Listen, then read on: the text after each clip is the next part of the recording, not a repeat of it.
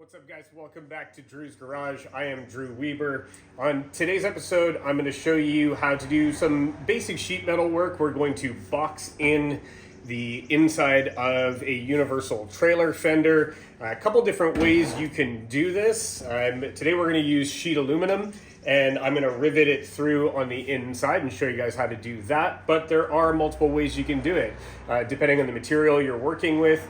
This is, I believe, 14 gauge steel. You could cut out a piece of steel sheet metal and you could seam weld it or butt weld it together. But for a lot of people, they don't have either the welding skill, they may not even have a welder. When you're welding a large flat piece of sheet metal, it's very easy for the heat to warp the metal, which we don't want obviously either. So what I'm going to show you today is how to box it in using sheet aluminum and some aluminum rivets. This is the finished version over here.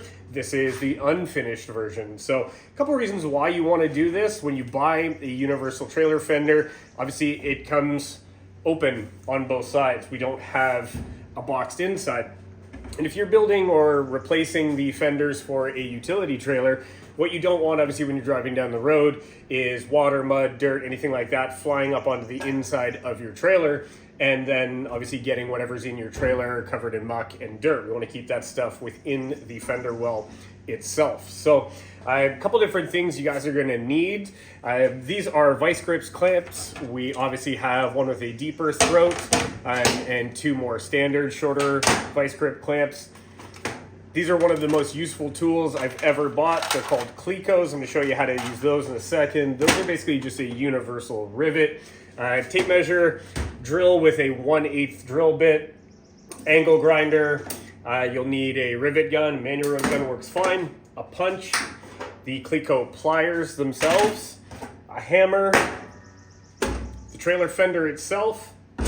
And what I've done here is I've already pre-cut one of these pieces of aluminum. So the reason I'm using aluminum, a couple different reasons. For one, I didn't have a huge piece of 14 gauge steel to cut these out of. The client that I built the first one of these trailers for, we boxed in his with sheet aluminum. So he wanted a second trailer that's identical, so we're just gonna do that. Aluminum's also a little bit easier to work with as far as the fact it's a little lighter.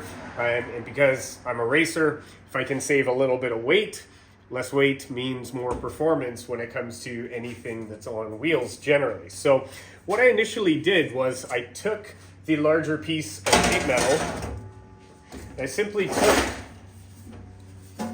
the fender and I laid it out flat.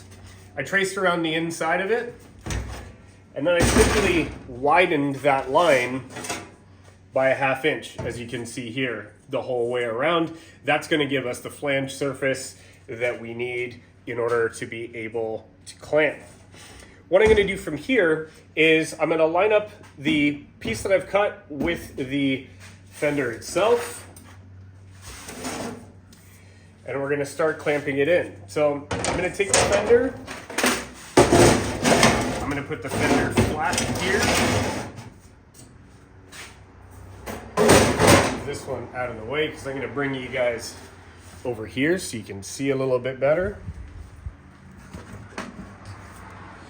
So what I'm going to do here is I want to take that piece of the fender and I'm going to tuck it just inside, and I'm going to line up those marks.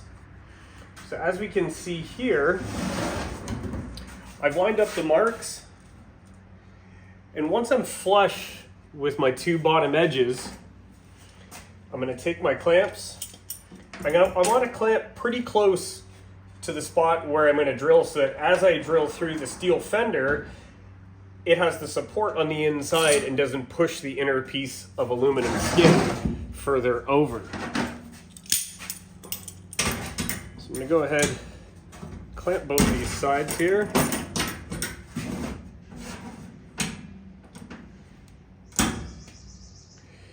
So we're nicely lined up there. Make a small adjustment.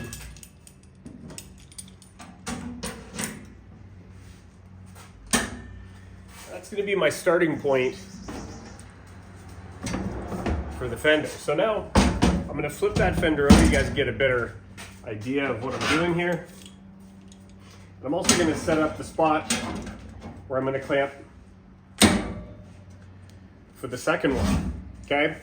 So as you're working your way around, you may not have a sheet metal clamp or a welding clamp with a deep enough throat on it. I'll show you what you can do there. Depends on the size of your fender. These are a very high profile fender. I've actually had to cut off the bottom so that they weren't really high. But once I have that piece in place and I'm happy with the alignment, you want to make sure that you have enough meat on both sides to be able to drive those rivets through. So now what I'm going to do is I'm simply going to take a punch. I'm going to try to go pretty close to the clamp, but I want to make sure I leave enough space that when I go to drill, that the drill isn't hitting the clamp itself. And I want to make sure that I'm in a position where I'm going to catch both pieces of material. Okay, so from there, I'm just going to get a little punch mark just to help guide. Always wear your safety glasses. And what I'm going to do here, whenever I work with sheet metal, I know it's a bit of a princess thing, but I always wear gloves when I work with sheet metal. Sometimes it's easy to forget, and when you find out generally the hard way. So what I'm going to do here is I'm going to start by adjust the clamp just a little bit so the drill has the room. I'm just going to start, let the drill find its hole.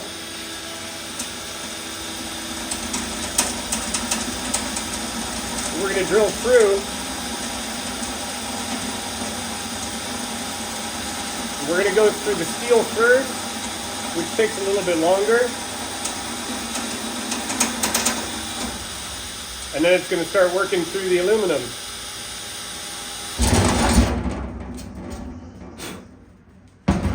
So what you want to make sure is, as you're coming through, that no burrs get stuck between the metal. I'll show you how to finish that off later, because it can happen. You're going through two different types of material. There may be a slight gap. Having that clamp there prevents the inner skin from being pushed away, so the holes do line up. From here, what I'm going to do, anybody who works with sheet metal, these are called clecos. It's essentially a temporary rivet. There's two main versions of them. This kind that use a preloaded spring and a special pair of pliers. There's also a modified version that has a wing nut on the outside. They're more work, they're a little bit cheaper.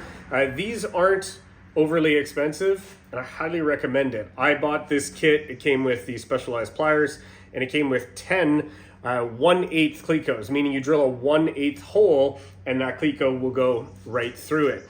I believe they were 25 bucks, and then I bought an additional 25 for another 30 bucks or something like that. So what you do with the cleco is you're essentially going to take that cleco. It's got an indented section of the plier. You slip that in there. You get the head of the cleco into the pocket, and then as you pull in, it's actually going to extend the cleco, making it thinner, and when you release it, it's going to widen, and that's going to provide you your temporary rivet. So we're going to want to go one by one by one the whole way all the way around. That way you're not moving the holes as you go. So I'm simply going to extend, come through, make sure the two pieces of metal are tight, and there you go. For the second one, we're going to go about 8 inches forward of the previous one. I'm going to make a mark.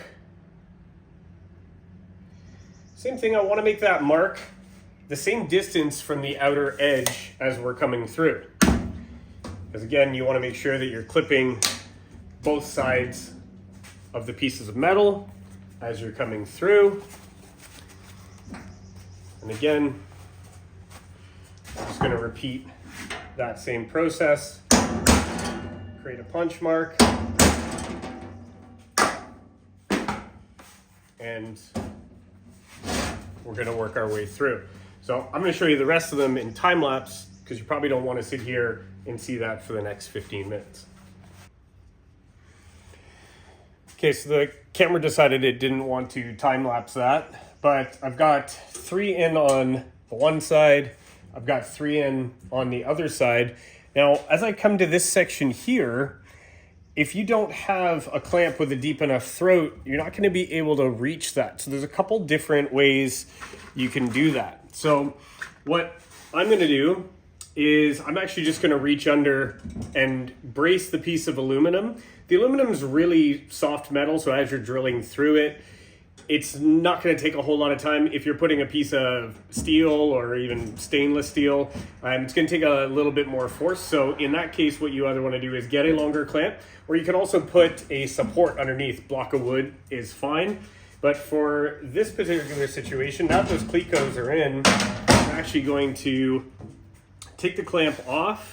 I've already marked the 2 spots that I want to use right here. I'm going to just take the punch again,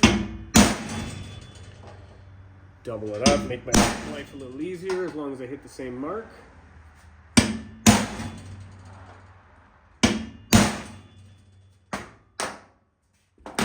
And what I'm going to do here is, as I'm drilling through, because it won't have as much support, I'm just going to reach underneath. Now, if you're new to this or you're not comfortable putting your hand underneath and knowing that it's not going to be where the drill bit is coming through, use a block or a support or a piece of wood. But what I'm going to do, I'm going to go through the steel initially, and then I'll put my hand underneath to go through the aluminum.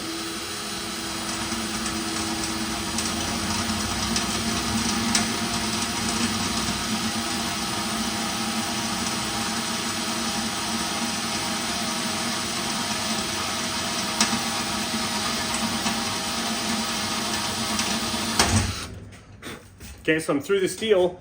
I'm actually going to reach through and brace. Again, it's a soft metal, so it won't take too long to drill through. And I know where that position is because I measured it. I know where my hand position is on the outside just to support it.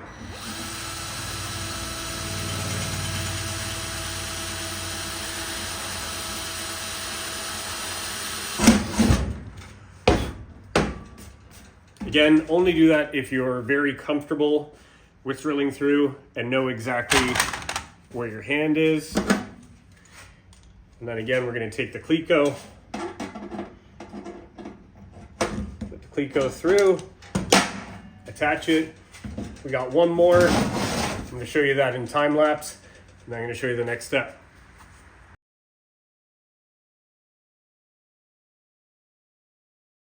Okay, so as you can see, all the clecos are in, all the holes have been drilled.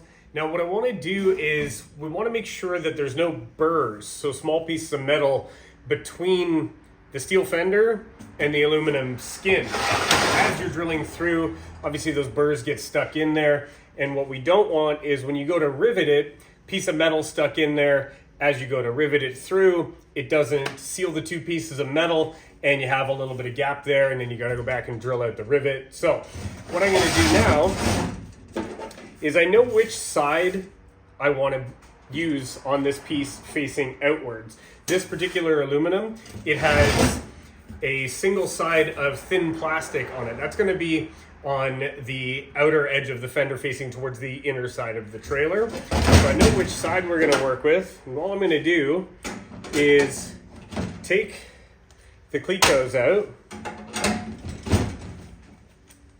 Then I'm going to run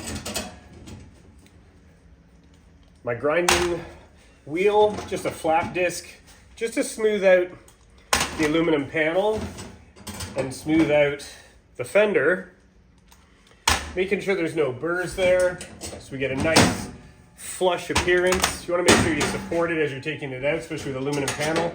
You don't want it to bend.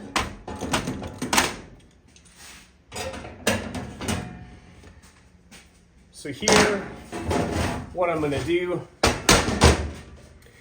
is I'm going to start with the aluminum, and you can see there's little pieces. It's not actually too bad through there, but I'm just going to run a quick little run by of a flap disc on my grinder.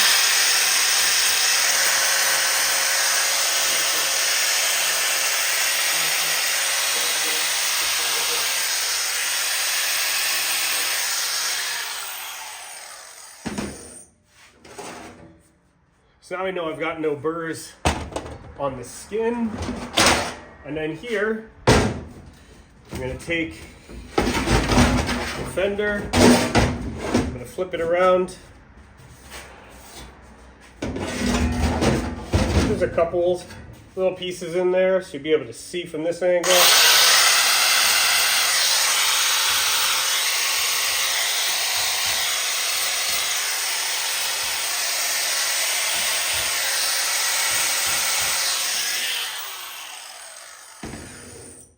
Now sometimes as you're doing that, some of the burrs may get pushed into the hole.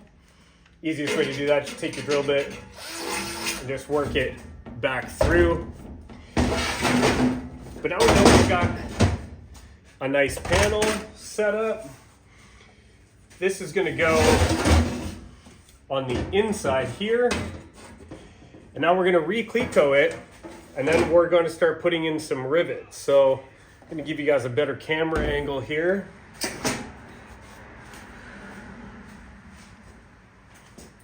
Got our fancy tracking gimbal following me around here. So now what I'm gonna do is take my clecos. You wanna make sure your orientation is correct too. It's really easy to get this flipped one side or the other if you're not in the right spot. I've done it many times and I will probably do it again.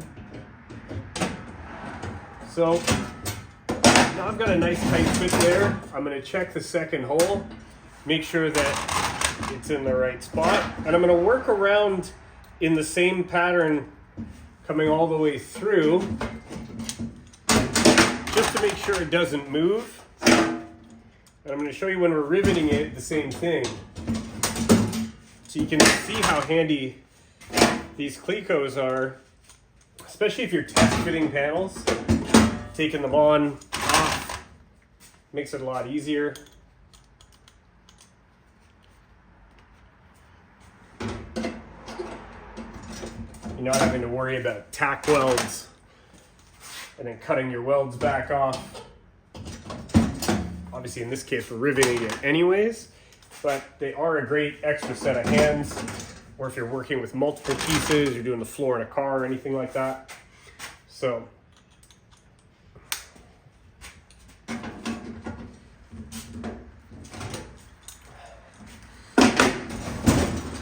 now that I've got all my clecos in place, I'm gonna check, make sure there's no gaps. And then one by one, I'm gonna take a cleco out and replace it with an aluminum rivet. Now, reason you wanna go one by one is these clecos are gonna hold everything in place.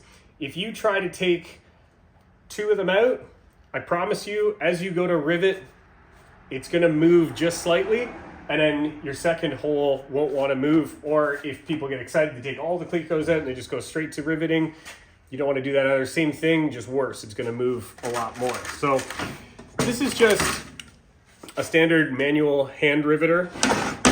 Because these are 1/8 clecos, 1/8 aluminum rivets will work just nicely. And what I'm going to do here is I'm just going to pull one cleco out. If you're not familiar with how a rivet works, the long stem is going to go into the proper die. Make sure you have the proper die on there. We're going to push it flush, make sure both of those pieces are together, and then when I squeeze it in, it's going to compress this edge and rivet it together. So as I come through here, I'm going to make sure it's nice and tight. The first squeeze should snug it up, and then I'm going to back it out, and then the second squeeze breaks it. Now, these little pieces are left over. I promise you, if you don't keep track of them, they will fall on the ground. You'll find them later when they're stuck in a tire of yours. So always try to keep track of those, toss them in there, and I'm just gonna work my way around one at a time so that I make sure that all of my clecos and all of my rivets, one by one, will keep that metal exactly where we want it to be, and then our panel won't wander on us. So again, rivet goes in, Make sure they're two flush. First little one will get it nice and snug. Second one will break it. This one here, the piece, sometimes the stem does what it did right there, where the stem breaks. We can just cut that off with a zip cutter and go through to the next one.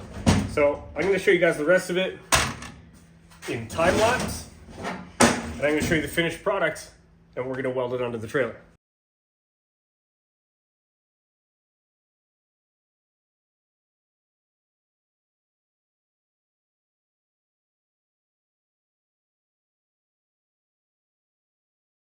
All right, so all the riveting is done.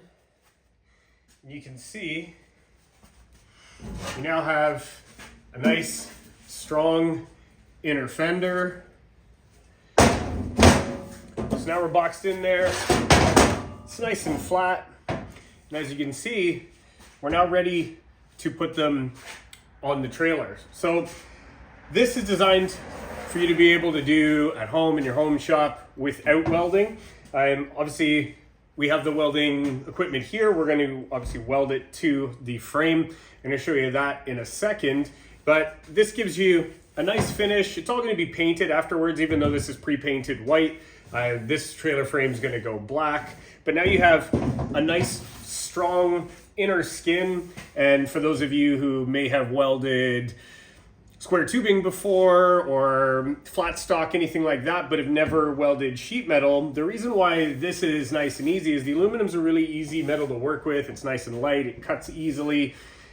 But more so than that, when you go to weld a big, giant, flat piece like this, it's very, very tedious.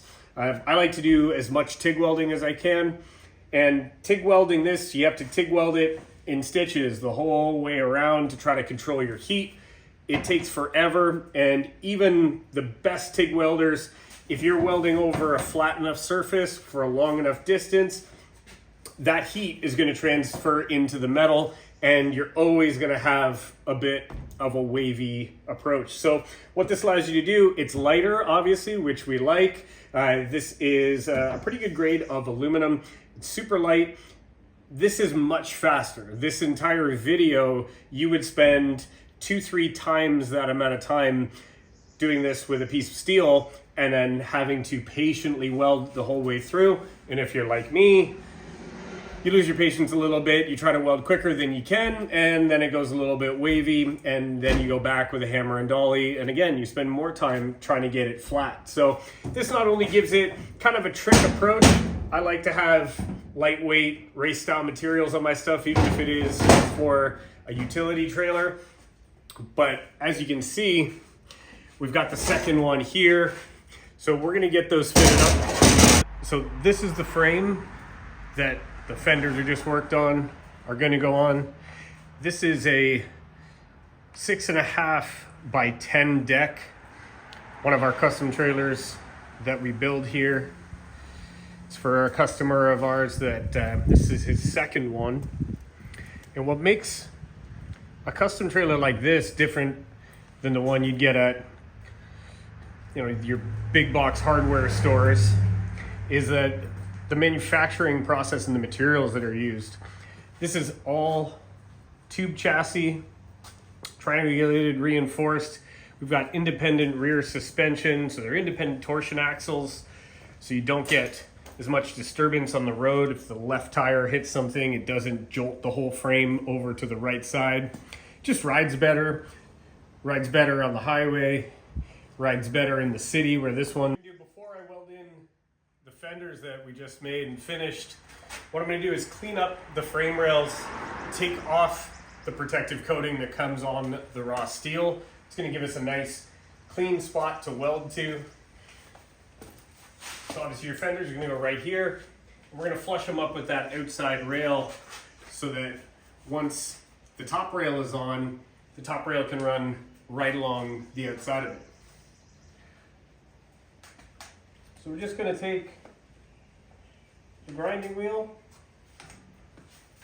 the flap disc,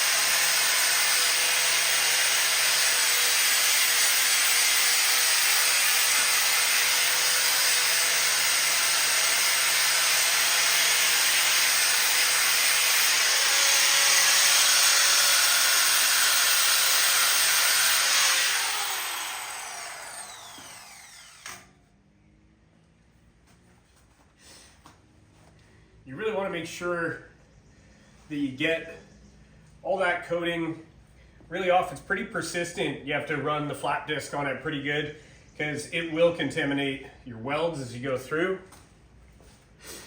We're just going to take this fender, and they fit really, really close.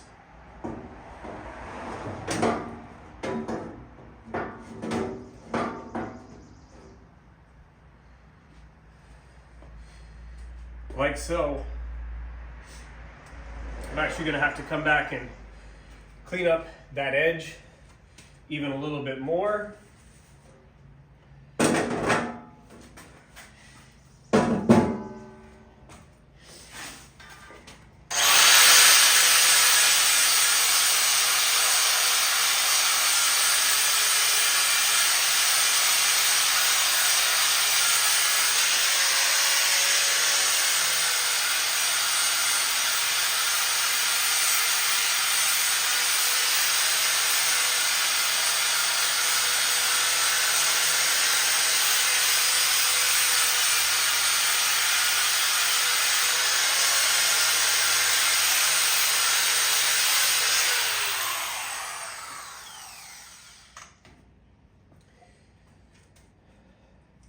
So we get those nice and clean. I've already prepped the metal on the fender. You're gonna wanna do that as well. We're gonna see if we can get this set in sort of exactly where we want to start. Like I said, it's a real tight fit as far as where it's gonna sit. If you don't get it just right, it'll fall right in between.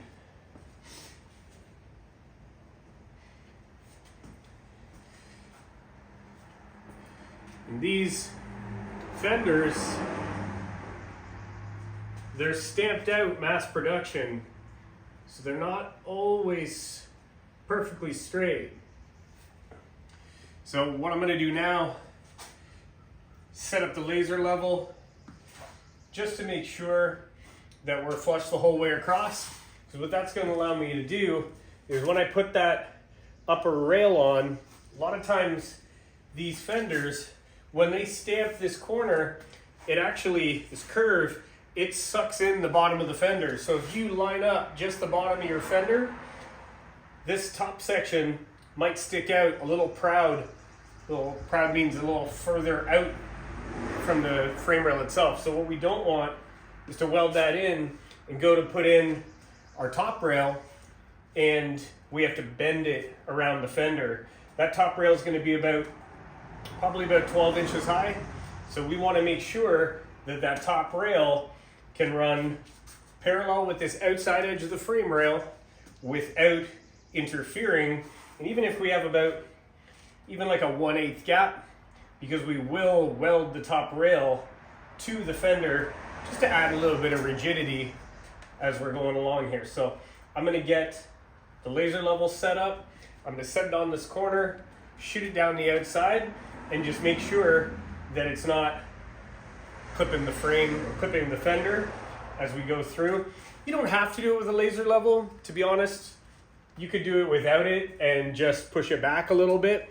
I like to be able to make it so that it sits pretty nice, so that we don't end up with a gap here but not a gap there, or it's too far out. So it's probably a little overkill, to be honest with you, but it's going to allow us to do it the way we want to do it. All right, so we've got the laser level set up, and you might think this is a bit of overkill for a trailer, but if this is done correctly, it saves you a lot of hassle in the long run. So you can see here where that laser is picking up the fender. So see, like I was saying, the fender actually changes shape because the laser's tight here, but it's actually got some space here because the top of the fender here is wider than the bottom based on how they design it. So what I want to do here is make sure that at the point that I know that my outer rail is going to be coming across, that we're not past that the laser's not being picked up on the metal itself. So now what I'm going to do is I'm going to toss in a couple tack welds, make sure it's in the right spot because the metal obviously can move when you tack it. just from the heat. Probably won't move too much on this, but just to double check it. And again, is it a little overkill? Yeah, but it makes sure that the fender's in the right spot.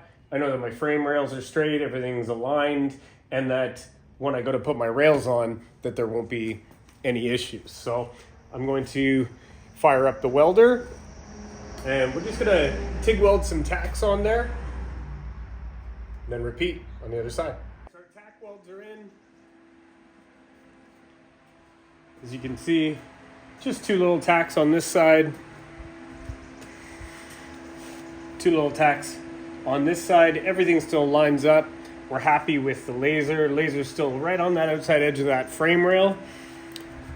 So now we'll fully weld it in and repeat on the other side. I'm going to TIG weld these fenders into the frame rail.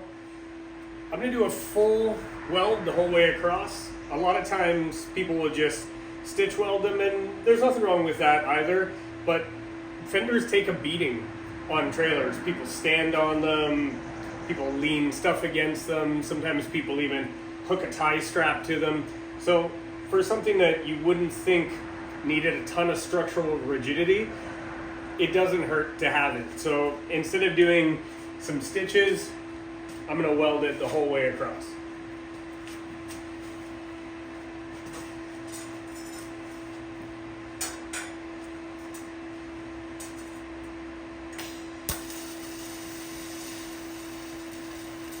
Got the one side all welded in, completely welded on both sides. As you can see, it's plenty strong. It's my laser level beeping away, but plenty strong, locked in on one side. I've got the left side tacked in, ready to go, all lined up. So we'll finish weld this side.